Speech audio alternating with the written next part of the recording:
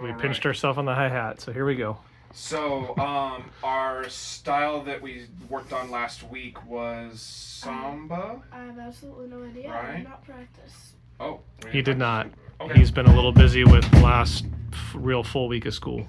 Okay. But next week's the end. And free So- dress every day.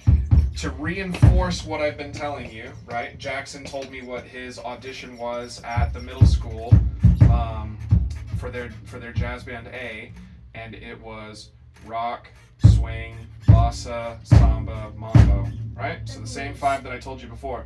So we have to have all of those down comfortably. They have to be clean, so not sloppy. We need to feel comfortable within the style, right? Which means more than just playing one pattern over and over again without changing, right? Because being able to just play one pattern is different from being comfortable in the style. Being able to have a verse pattern, a chorus pattern, being able to move back and forth with fills, being able to catch figures. Sure. But I needed it for everything else. We gotta start pushing to that point. So we're doing jazz reading, and that's going pretty good now, But we gotta make sure that we're comfortable with all of our styles, right? So, how about play me? So today we're gonna do samba and we're gonna do mambo. Okay. So go ahead and pick up your sticks. I want a verse pattern, fill, chorus pattern, and I want you to prioritize being smooth and being clean as opposed to being fancy. We don't need fancy, but we need to stay in time, and it needs to be comfortable. Yeah, it needs to feel like you know what you're doing. Okay. Okie doke? Yeah, what am I playing? So samba first. Most people tighten, not loosen. Yeah, other way.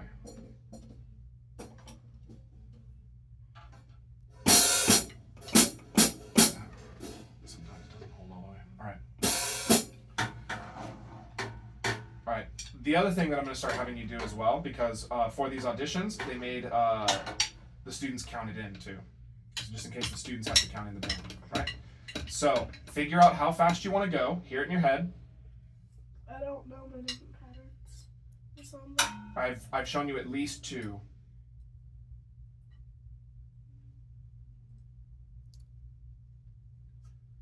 What do you know? Let's start with what you do know. Okay.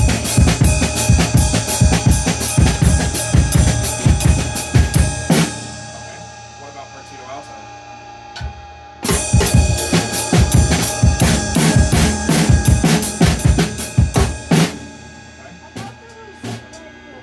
Okay.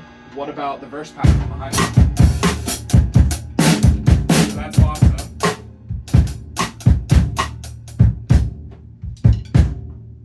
Remember?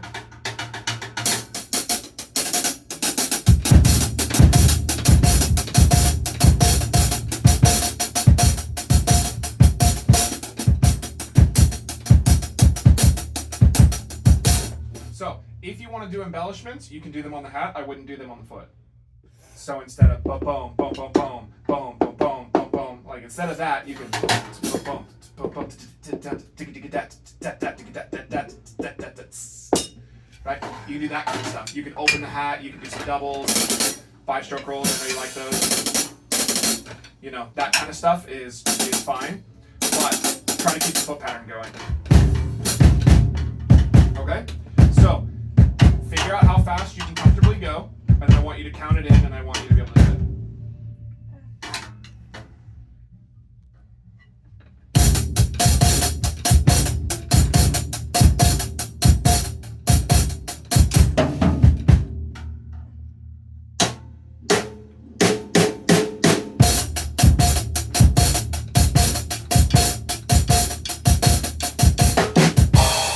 Nice. I'll take that. Here we go. 1, 2, 3, 4.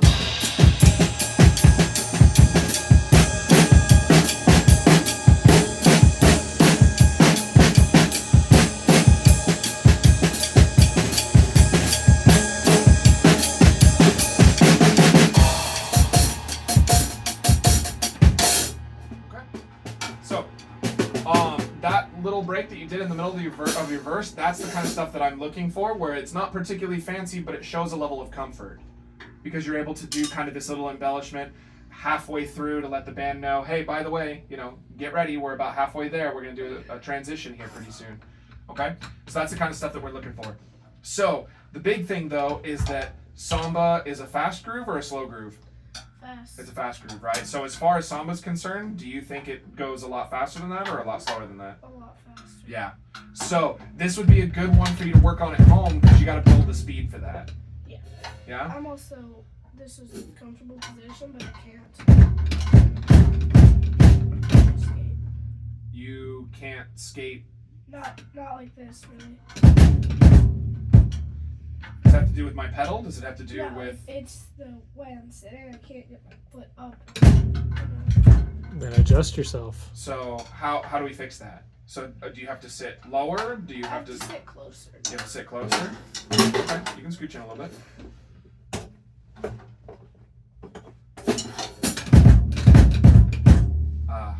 Right up against the snare like a true heel-up guy. Never sit that close if you were heel down. I play heel up. Oh, I do too. I get it. All right. So, yeah, the big one with that one is that, so not only is it important to have comfort, but it's also to build some speed because you're going to get called for stuff like Spain. And, just to put it in perspective, Cabrillo played Spain. That's a middle school. So, and that's a fast samba, right? Yes, but you had to play it as I know, so. because I needed you to be able to do something on pitch. It's easier to do that quickly than it is to do the samba feed.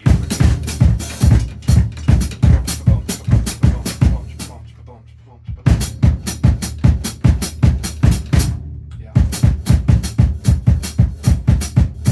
So that might mean revisiting your skate, spending some time really making that clean and really comfortable so that you can maintain those kinds of speeds. But it means playing with a metronome.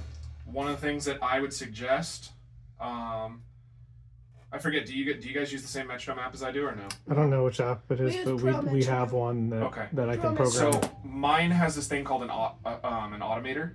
I'm not sure if yours does. What is it? So what an automator does, right, is I can say by bars. So we're gonna increase the BPM by 2 every 4 bars. And so what this allows you to do is to pick a tempo that's very comfortable to start. And then what will happen is every 4 bars you do some small fill and the tempo will click. And the tempo will click. And the tempo will click. So you could even... I have that, but I Maybe. I have to figure it out because it's on your phone. No, I have it. I can do the automator. Okay. So that's something that I've practiced that way before. So after every 4-bar phrase, or sometimes I'll set it to every 8 bars and I'll bump it up a little bit more. So maybe I'll do 5 BPM every 8 bars, something like that, right? But set it to either a 4-bar or an 8-bar phrase and then automate the tempo to go up a little bit. And gradually you're going to get more and more, and find out where it starts to fall apart, right? So at certain, I don't know if you've ever ridden on a skateboard before, but once you get to a certain speed, you start to wobble a little bit because you start losing control.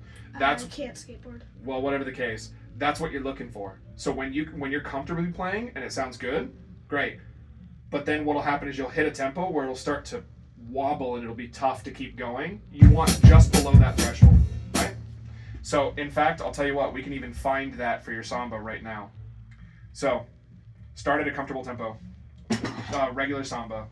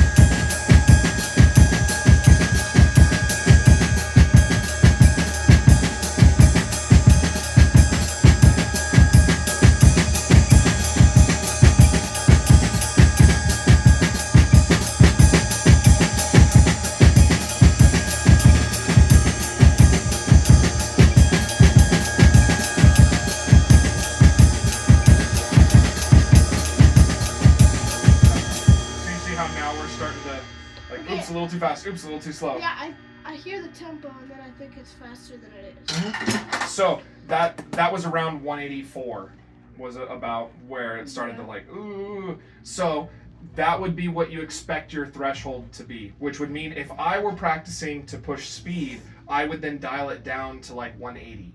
And I would play it at 180 for a while until it starts to almost kind of feel boring. If you start daydreaming, that's usually your indication, right? If you're playing and you're playing this pattern, you're going, and then you start thinking about your homework or you start thinking about riding your bike afterwards and you're still with the metronome, that's good. That means you're very comfortable there. You can then bump your tempo up, right? So then try 185. Okay, can I hang out here? Or am I stressed trying to hang out here? If you can hang out, cool, hang out. Focus, work hard on it. If you start to kind of like, oh, okay, I'm relaxed, I'm feeling good. Okay, bump up again, yeah? And so you can just slowly climb your way up to, I think I clicked Spain out to be about 280 the other day. Because it goes a lot faster, right? Like, you're not used to those kind of tempo markings, but for Latin, 1, 2, 3, 4, boom, boom, boom, boom, boom, boom, boom, boom, boom, boom. You know Spain goes faster than that. Yeah, if you click it up to 280, what would happen? I think this was about where I clicked it. Boom, boom, boom, boom, boom, boom, boom, boom.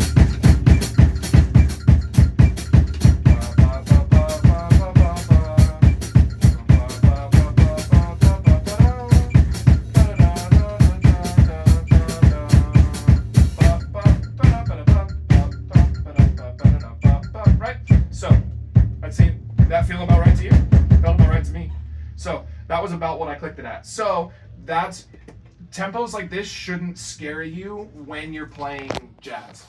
Like they shouldn't be too 280 for jazz. Because even swing.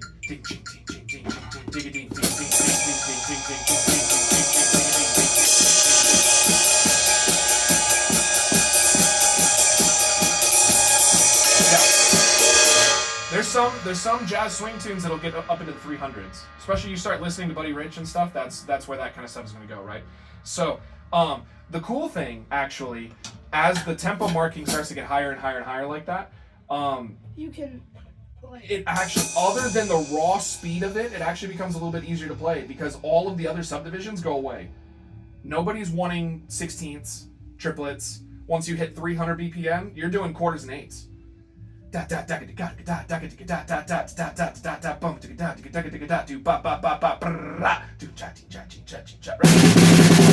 Yeah, everything is just quarters and eighths because it's too fast to do anything else. So I feel like, at least for me, I tend to think that soloing at faster tempos is actually easier. The stuff that's really brutal is when you're playing like a brush ballad and the tempo's like here. And they're like, okay, take some kind of solo, and it's like, there's so much dead space in here. You have to be like subdividing 30-second notes, and like it just gets, to me at least, I think that soloing at slower tempos is a lot harder. I can solo really good at a slow tempo. Yeah? Just, you rip out, and like, what's the cool thing is when you solo at a slow tempo, and you go crazy with a slow tempo, you can, if you play it, like, if you copy and play it faster, it sounds really good. Okay. Like, that does seem cool, because if I go crazy on this, you speed it up to like 200, 300, that's impossible to actually play. Yeah. And that's cool. Yeah, there's something to that. You also use a lot more empty space, Yeah. which is kind of interesting, right? I will say, like, Miles Davis was actually famous for saying that he loved ballads because when you're on trumpet and you're soloing in a ballad, you can hold all of these long, beautiful notes, right? Drums don't really have that luxury. You can kind of do some simple fill stuff, but that's really kind of it otherwise. Other than that, you're having to use a lot of smaller things in order to fill that space, which is why I think on drums specifically, soloing harder on slower tunes is kind of tough.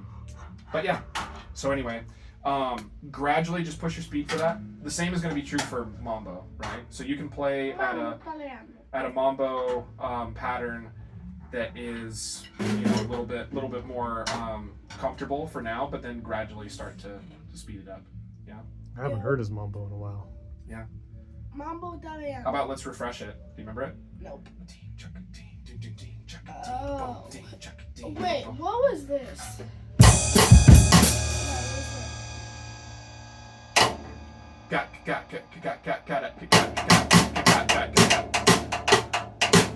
That's also a mambo. It's just a lot harder.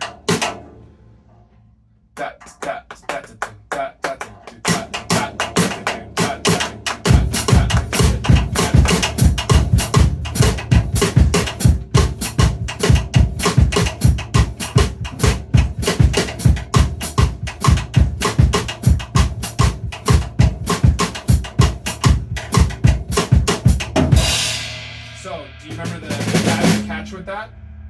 Is that is either a 2-3 or a 3-2, right? Yes. And depending on what mambo you're playing, you'd have to flip that pattern. So the way that I showed you just now, that was what, 3-2 or 2-3? 3-2. Yeah, 3-2. So how do you play it as a 2-3?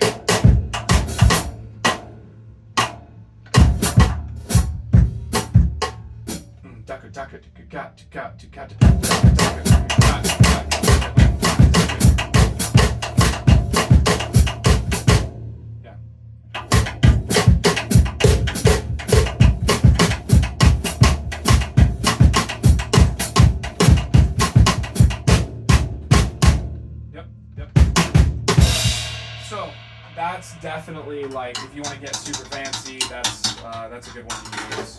2-3 or 3-2. So the cool thing is that that's adaptable, right? So that's using the shell a lot like what you would do on timbales, which is where have you ever seen those before? They're like it's like if you have two drums like this, but you push them closer together and they sit on a stand like this, so you actually stand while you play them. And then usually it'll have two cowbells. I think. Maybe a cymbal. Have you ever seen it before? What's the big thing that's kind of? It's like a big round thing, big round kind of drum, but it's got all these dents in it. A steel A drum? steel drum? The one that's like boom, boom, boom, boom, boom. Yeah, you get all different tones. Yeah. Oh, the hand pan? Yeah, it's kind of like. Tim had one of those for a little while. Oh, actually, is this going to be copyright stuff? Yeah. Pause it. Well, Copyright. So see, he's standing up and he's got the drums there. He's got the two cowbells, and then there's a cymbal right there. Yeah. So this is sort of the Latin America like drum set kind of a thing, right? So they do drum set over there too, but this is very particular to Latin music. His face is blurred. Oh, I know. The visual quality on that is garbage. It's either my phone or it's just an old recording, but It's a little recording. it may be a little bit of both. But yeah, anyway, so playing on the shell of the floor tom is also kind of emulating that. The other thing is you can do it on the bell of the ride cymbal. You can do it on a cowbell, right? So like, Where is it?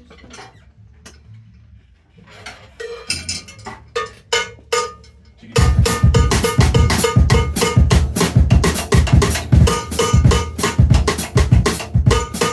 play the da da da da da da da da da.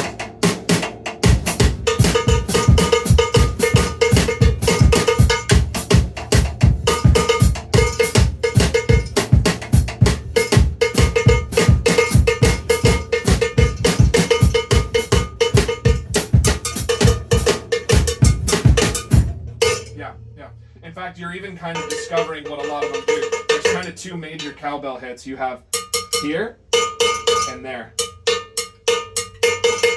You have that kind of thing. So oftentimes, someone who has a cowbell, they'll go da dee dee da dee dee da dee da dee da dee dee da dee da dee da dee, that kind of thing. They'll have those sorts of patterns. Yeah, that kind of stuff. This is just. Yep. So it's similar, right?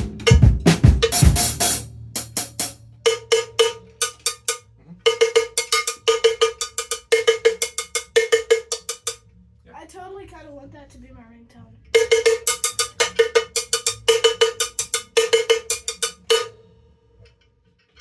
You should set up your ringtone to be your mambo pattern. He's part of the generation that will never have a phone on sound, though. Oh yeah, that's true. I guess. Yeah, I think the only time I have my phone off silent is like this week, where I was expecting a really important phone call, or when I go to bed. I need something to wake me up. Nice. So, Why is this I do. rock? How do cowbells go in rock? the Rolling Stones. Needs more cowbell. I've never heard that. Have a fever. Blue Oyster Cult. I've never heard the Rolling Stones. It's, Yeah, you have. Yeah, it, No, I haven't. Yes, you have. it showed up a lot. Don't worry about it, bub. Let's get back to the lesson part. This is probably the famous one. That is not what I expected. Okay, there we are. I saw a lot of Trace Adkins and not Rolling Stones. It's like, wow.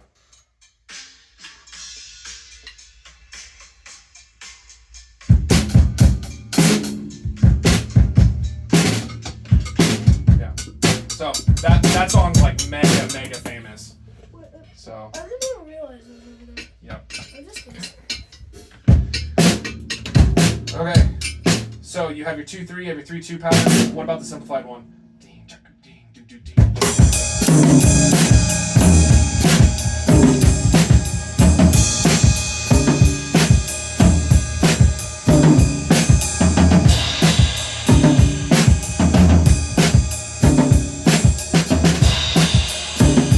Okay, good.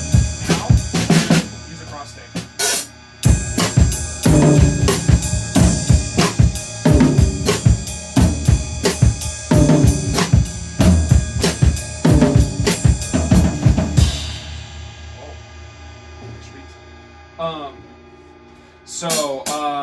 Yeah, that's going to be, with that should at least give you a good baseline. There's some other mambo patterns that I've been kind of learning recently that I can show you, as well as we've done some other ones in the past. If you remember paradiddle left. I could never get that. So, something that's important to mention is that when you were a lot younger, I was teaching everything from the standpoint of the engineers, whereas I've learned now that I definitely have a lot of students that are more in the artist or the natural learner category, meaning that you're going to do a lot better hearing it, right? So notice when you didn't remember your 3-2, how did I remind you? You just said it. I sang it to you, right? Because that's how you perceive. If you can hear it, you can play it, right? If it was Ben, I probably would have written it down, because singing it wouldn't do it for him, right? So, if we were to revisit that one, I would just play it until you could hear it really well. Once you can hear it in your head, then you'd be fine. I get that. Yeah. Like, I just can't do it with writing. Like, Well, better hear. I was giving you what you needed for the coordination, but once you build the coordination, then it becomes about breaking free of thinking paradiddle, left paradiddle, left paradiddle, left. It was about breaking away from that and hearing where the pulse comes in, right? Kind of the same way that herdas eventually. So you play your herdas, right? Eventually you have to be able to put a pulse to it.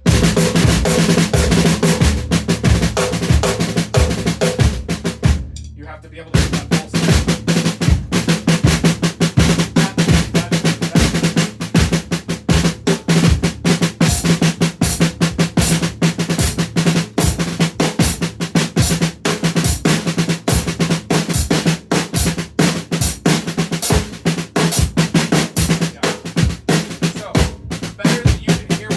Goes in, then you won't get lost, even if you don't have that.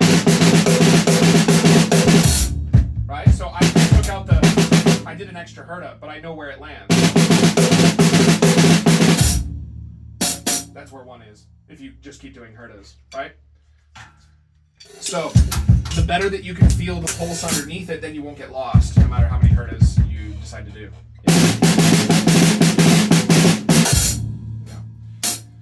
Yeah. Okay. So let's jump into chart reading. 20 and 20 and 2.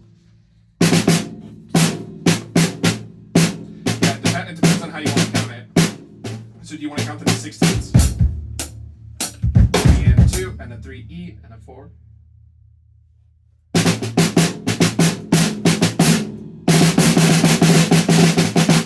So, I guess realistically,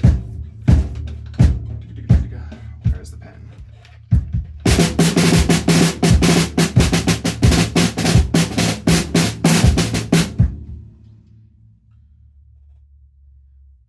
So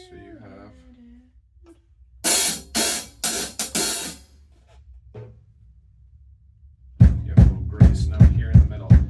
So this is the pattern, right? So 1E and 1 and 2. and What do you add to 2? What do you do? 3, 2 and 3 and 4, 1. Yeah, I'm struggling to hear it from the other perspective. 1 and 2.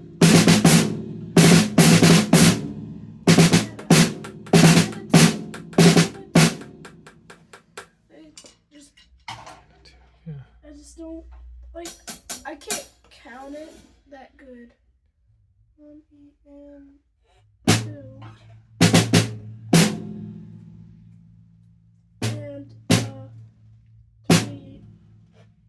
So do you normally hear from the triplet end of it, Tim? 3 and 4 E.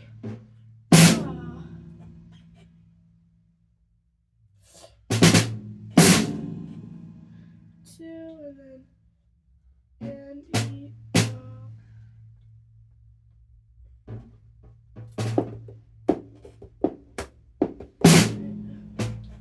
And 2.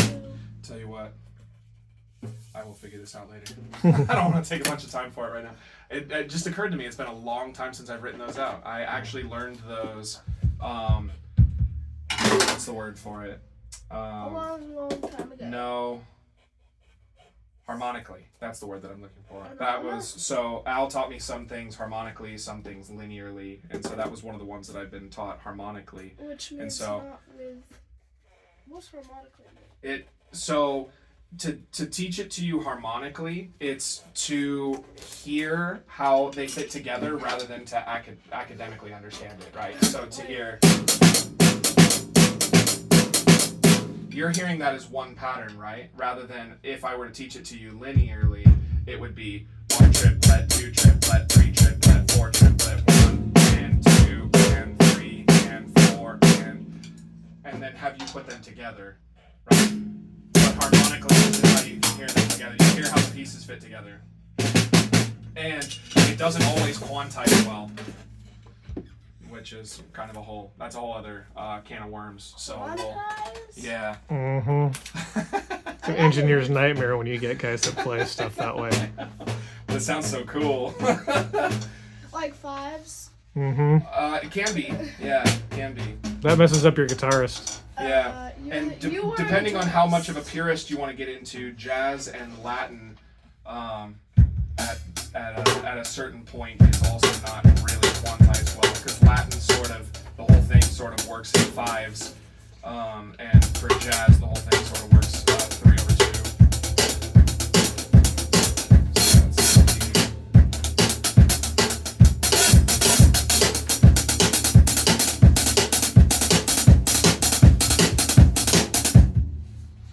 So One E and. tell you what. Let's do this one again. So, now that we've kind of become more familiar with these charts, right? Until I start getting a hold of some charts that you've never seen before again, which I'm going to be working on pretty soon here. There's a cowbell. I'm about to knock all these headsets on the floor. Go ahead and grab yours without knocking them on.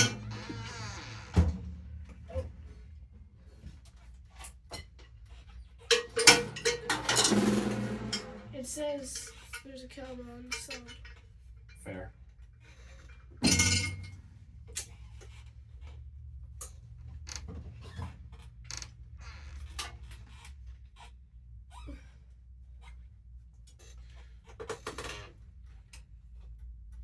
So I know you're already familiar with the song. Run me through the process. It's a cha-cha. It's in 4/4. I have no tempo. That's all you need to look for. That's the first step. Then what? What are you looking for after big that? hits do you really have to catch? Nope, the next one is... Coda. Yeah. Codas and repeats. Right? So, they're not all called codas though. Sometimes you have a DS Alfine. What does that mean? Go back to here. Well, that's... So do you know what fine means in Italian? I know. I thought that was fine in English. Yeah, it's spelled the same way. Technically, it should have a little You accent. go to here, and then you go back to here. Yeah. And then you play to here, and you're done. So you go back to the S, and then fine means finish or end. Okay, so that's where the song actually ends, is right here. Okay? So, first thing you're doing, you're looking for style, you're looking for tempo, you're looking for time signature. Okay? You scan through. We haven't run into a bunch of them. Hold on, don't make me shout over you, right? So we haven't run into a bunch of them, but the other thing that just because you see a time signature's in 4/4 doesn't mean the whole song is in 4/4. So you got to also scan to make sure that there's no time signature changes. Okay? So in this, there happens to not be. What does this mean? This is percussion. So this is the percussion clef. So most of the time, if you were playing like alto saxophone, for example, you'd have a treble clef and it would tell you what key. If you were in, playing bass guitar or playing trombone, it would have a bass clef and give you what key you were in. Since we're drums, we don't have a key. We don't have a key because we're drum set. So that's why we don't have to look for key signature. But other instruments would have to look for a key signature. Okay? So we have repeats here. We have a repeat here. Right? And here. So where else? Look for more repeats. So I'm not talking about these little 2-measure ones. It is good to note, but I'm looking for these because these are the ones that are going to catch you off guard, right? Yep. There's one here. There's one here. What about second page? Do you see more?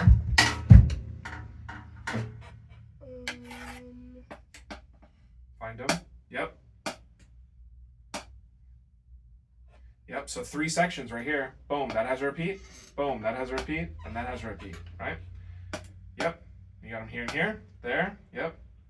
And even here. Right? There's repeats all over the place. They're all over the place. I remember you told me something about the repeats.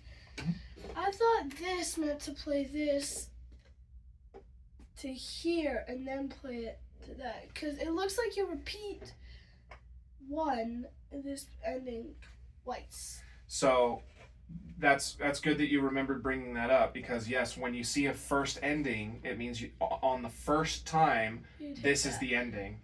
On the second time, this is the ending. But it looks so like sometimes there's a third or a thing. fourth. Like when my dad writes charts in order to save paper, sometimes he'll have a 3 and he'll have a 4, right? Because all the sections end a little bit differently and he's trying to save a lot of space, right?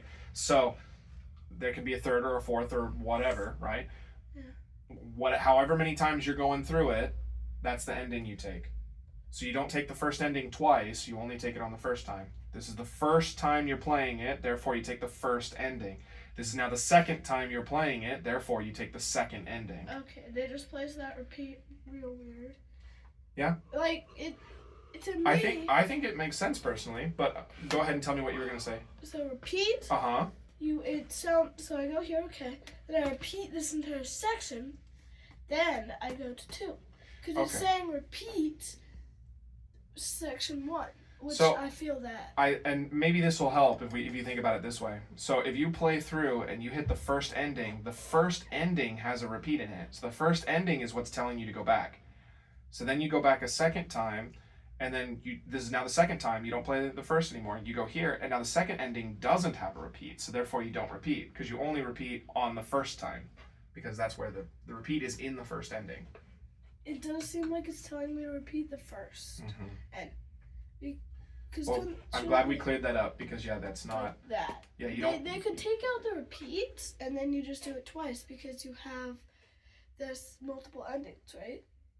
Okay. Yeah, that would save confusion. Okay. Yeah. Well, whatever the case, I'm glad we talked about it because that is something that's important to know so that you're not playing the first ending too many times on accident. That's actually why they do this. why they say open and on cue, is because if you're going to do 3 or 4 times, which in this recording it does these sections. So you'll repeat this 1, 2, 3, 4. You'll repeat it 4 times. 1, 2, 3, 4. 1, 2, 3, 4. Yeah? So that's why they'll say open and on cue, because they want you to just go again and again and again and again, rather than do it once and then move on. Okay? Okay. All right. That clears it up. Cool. Well, actually, if that one's open and on cue, this one isn't. That's true. This one doesn't say that. And they do it in the recording. They So have it a probably different should say open and on cue. thing. We can But write it. it's up to the conductor to decide those things, right? Yeah. So maybe the guy who put this together, maybe he originally wanted this one to be totally open and this one to only go 2 times. Because that's the way that he wrote it. Instead of writing open and on cue a second time, he just wrote 1 and 2. So maybe, I don't know. We'd have to ask the guy personally, but I don't know Mongo Santa Maria. that's all right. Okay, ready to give it a shot? I am. So try to catch as many figures as you can. Try to keep it clean. Pay attention to dynamics. Lead into new sections when you can. And what is the most important thing? Rule number 1. Have fun. Wow. Sure. Then rule number 2. Do your best. Well, that would be in, I guess, do your best, have fun is included, right? So that's in everything that we do. But when we're sight reading specifically, Try to make it through. yes, get to the end. Yeah? If you make a mistake, if you lose track of where you are, totally okay. Find out where you are. And what's your best helper to get back in? Thingies. Rehearsal numbers. Oh. Yep. Thingies. Close Yeah. enough. You did point at the right things, though. So, yeah, use the rehearsal numbers to help figure out where you are.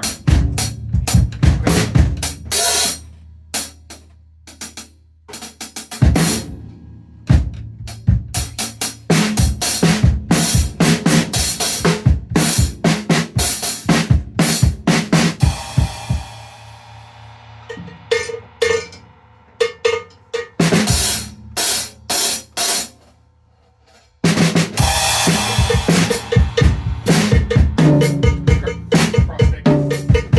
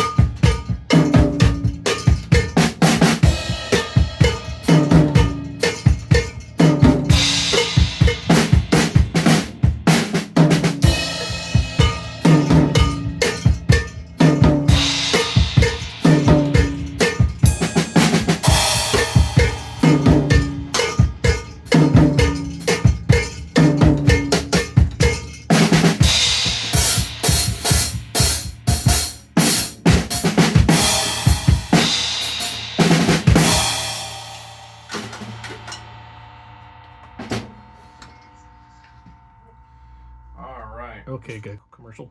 Oh, almost lost my phone there. Okay. What do you think went good? Stuff. I need more than that, bucko. What do you think went good? The repeats one. I think the percussive section went okay. Talking about here? Yeah, and then I thought it was an interesting take. What did you choose to do here? Which I thought, I don't remember. you don't remember? Where did you basically take your solo? What did you take it on? I took it here. Well, yeah. That was a whole separate solo, but I'm talking about this. This was sort of a solo section. What did you choose to articulate it on? Did you play on the tom? Did you play on the cowbell? Did you play on the snare? Play on the hi-hat? Play on the bass drum? You basically did the whole thing on the hi-hat until you got here. And then you ended exactly as written, which is nice. These notes are written smaller than these ones. What does that mean? That means those are just Just toms and snare. Suggestion. So these are a suggestion. And then These those are toms and snare. they're asking you to do this. Like no, Say, they're not please asking play you, this. They're telling you. to Sure. do this. Okay. So play this. Here's some ideas in case you don't know what to play. Yeah. Yeah? Because again, these are written for school kids, right? So regular jazz charts most of the time won't have those kinds of suggestions. They'll expect the players to be professional enough to come up with their own solos. But if there's anything that they want them to play in particular, they will write in big notes in the middle of the staff like that. Yeah? Yeah, I thought that just stood for like tom and snare. Cause it's Well, actually, it's because it's on B and D treble. It's actually mid tom and floor tom. C is where they tend to put snare. So snare tends to be on C. oh. So see how that's on a space, and these are both on lines. Yep. Yeah. We learned that in music class. I'm not good at it. I don't need. That's okay. We don't use it a lot. I don't need a clef. I just need to see the notes. Well, yes and no. So yeah, I as know you have to be like hi-hat and snare difference. well, sure. But the more that you know about how music works, you will actually be a better drummer for it. I don't want to listen to. I don't want to learn a guitar chart. Well, I'm not asking you to learn a guitar chart, but I get handed piano charts more than any other chart. More than drum chart. I play off of piano charts more than any other chart. Because I show up and I say, do you have a drum chart? And they go, no, I don't, but here, I got this. And they'll give me a piano chart or a bass chart. Okay, that. Sometimes it's Yeah. a trumpet chart or some kind of horn. But usually it's piano, sometimes bass. Yeah. So, I'll just ask mom to help me read piano. well, She it's can play it. it's useful to at least kind of know. Does that mean you have to be able to do it? No. But No. if you can read it well enough that you can hear what's happening and you can figure it out, then that's really what we're looking for, right? So, I don't think I have any piano charts in here. I Did you up on the should. top? I do have this, actually. This is this is just a full-on chord chart. So it has the melody. Well, it has I think the drum melody too. No, this is not written for drums at all. This is pitched. Then what's the notes? I see the chords. Oh, I thought you could do like that's hi-hat and then it goes down on the clef to you. Oh wait, is that bass or So is tell that you what, treble clef or bass clef? let's try this. This is a good song anyway. You might like it, and you don't play a lot of bossa, so. I was gonna say, is it balsa? Pull a cowbell off then. Well, I'm not gonna have you play right now. What I'm gonna have you do is I'm gonna have you try to follow the chart based on the melody. Okay. Let me find out where the melody comes in. Oh, it comes in pretty quick. Okay, cool. Doesn't always.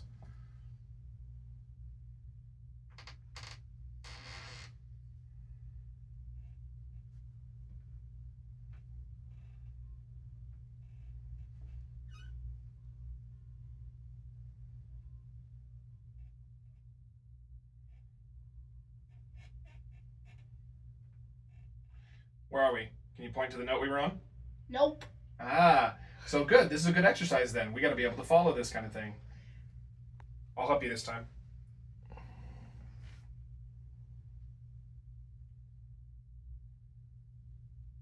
One, two, three, four. 1, 2, 3.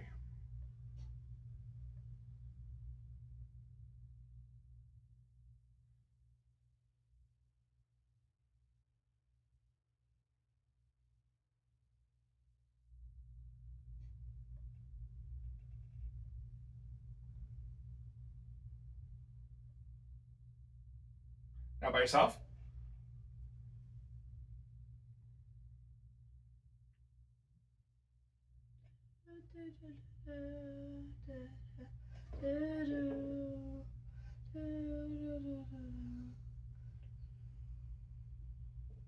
Where are we? Good. See? There you go. You just needed one go, right? So this is the kind of thing that I'm talking about, right? So by at least being able to tell, like, pitch wise, I don't need you to have perfect pitch. You know, I don't need to point at that note and have you sing that pitch exactly. But what you should know is that that's a pretty big jump, right? So you know that's a big jump, and then does the melody go up or down from here? Down. The melody goes down. So as you're following it, you can follow the melody that way. So it's the same thing when I'm handed a piano chart. Can I sit down and play that same piano chart? No. But if I'm seeing triplet, triplet, triplet, triplet, ba, ba, ba, ba, ba, I have to be able to see those rhythms on the piano and know that they're coming up, because odds are they're going to want me to hit that ba, ba, ba, ba, ba with the piano, right? They're going to want me to do that. So I have to be able to follow along with the piano well enough to understand that this is what I need, right? So the other thing to consider is eventually we need to be able to look at a chart like this and be able to anticipate what they probably want you to play. Do they want you to play every single thing on the snare drum? Ta ta ta ta ta ta ta ta ta ta. They want me to play everything. No, definitely not. Right? That would not work. That would just it would trample everybody. Yeah, exactly. Right? So what are the places that are good to play? Well, you can play hi-hat, some snare, I think. In some places, you can get away with a snare or two, maybe. Well, the easy one, right off the bat, is that when you have long held notes, Crash. yeah, some form of crash, right? Ride even. What about for these? Rest. Yeah. You just play nothing. Well, you're the drummer. They're playing nothing. What are you doing? They're breathing, which means that there's a hole. What do you do with the holes? Stop twisting your... Yeah, fill it in. Yeah, you fill it in. You set up the next figure. Set up. Ba ba ba da ba ba ba ba ba ba da ba ba da ba ba ba ba ba ba ba ba ba ba ba da ba ba. Right? You can do that kind of thing in order to. So then, while everybody else is, the horn is breathing there, you're filling that space. They don't hear the horn breathing. It doesn't sound like the music takes a dip, right? And then you're also giving the time, so that they know here's where I come back in. So that kind of stuff is also really valuable, right? Yeah. So this is something else that I need to get my hands on some piano charts and have you try reading those. Because it's a little bit of a different vibe. The drums pretty much tell you what it is that they want you to do, but the piano is telling the piano player what to do. You have to be able to look at what they're telling the piano player to do and know what your job is, even if they don't tell you specifically what your job is. Yeah? That does seem kind of smart for life. Yeah, I guess that's true. So even if someone's not telling you exactly what you're supposed to do, if you know your job well enough, you can do the job that you're here to do, even if nobody's supervising you, and people like having you for that.